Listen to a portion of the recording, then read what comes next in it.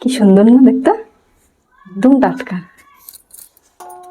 তাদের থেকে ধরে নিয়ে আসলো জাল দিয়ে, সর্ষা পোস্ত দিয়ে করবো।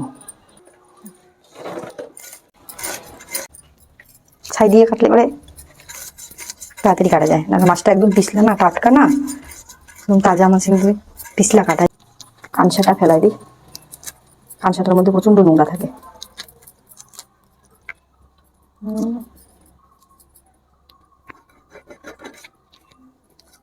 ভুড়িটা বার করে দিই, পুটকাটাও ফেলে দিই। তো পিঁপড়া চলে আসছে, দেখ মাছের ভুটি খাবার জন্য গন্ধে গন্ধে চলে আসছে। ও বাবা, পিঁপড়ার লাইন। বটি দিয়ে সব পরিষ্কার করা যায় না, কিছু কিছু থাইকে যায় মাঝখানে, ভেজে নখ দিয়ে খুঁটে খুঁটে তুলতে হয়।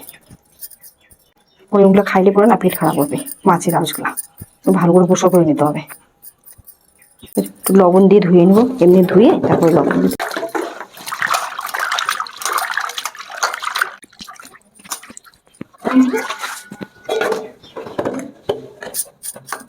একটু লবণ দেবো, লবণটা জল পরে ভিজে গেল, লবণ দিয়ে ধুয়ে দিলে মাছটা একদম পরিষ্কার হয়ে যায়।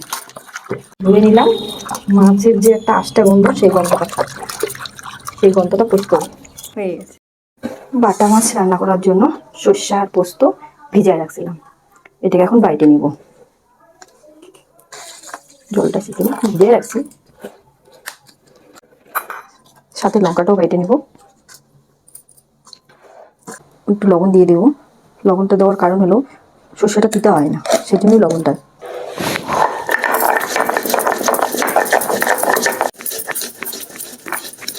আমরা তো অনেক সময় মিক্সিতেও বাটি, মিক্সিতে বাটার থেকে শিলপাটায় বাটা অনেকটা ভালো, ওটা টেস্টি আলাদা। শিলপাটা বাটা হয়ে গেছে, এত সুন্দর মিহি হয়ে গেল বাটাটা। মাছটা কষা করে ধুয়ে নিয়ে আসলাম, এবারে আমি রান্নাটা বসাই দেবো। তো সর্ষে পোস্ত লঙ্কা বাইটে নিয়েছি, এটা দিয়ে দেবো, হলুদ দিয়ে দেবো, দিয়ে দেবো,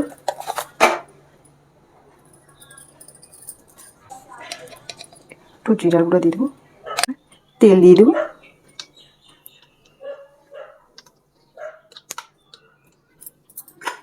এবার এটা মাইকে আমি একবারে বসাই দেবো।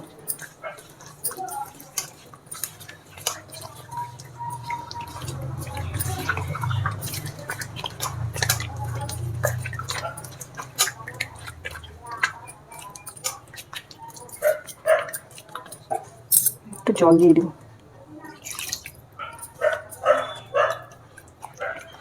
এবার এটা বসাই দেবো। এবার আমি ঢাকা দিয়ে দিব, গ্যাসটা কম আছে রাখতে হবে, 15 মিনিট ঢাকা দিয়ে রাখবো।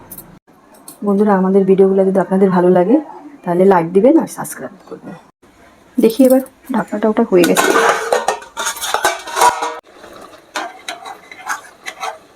মাছ সেদ্ধ হয়ে গেছে। এবার আমার রান্নাটা হয়ে গেছে, ওটাই হয়ে গেছে।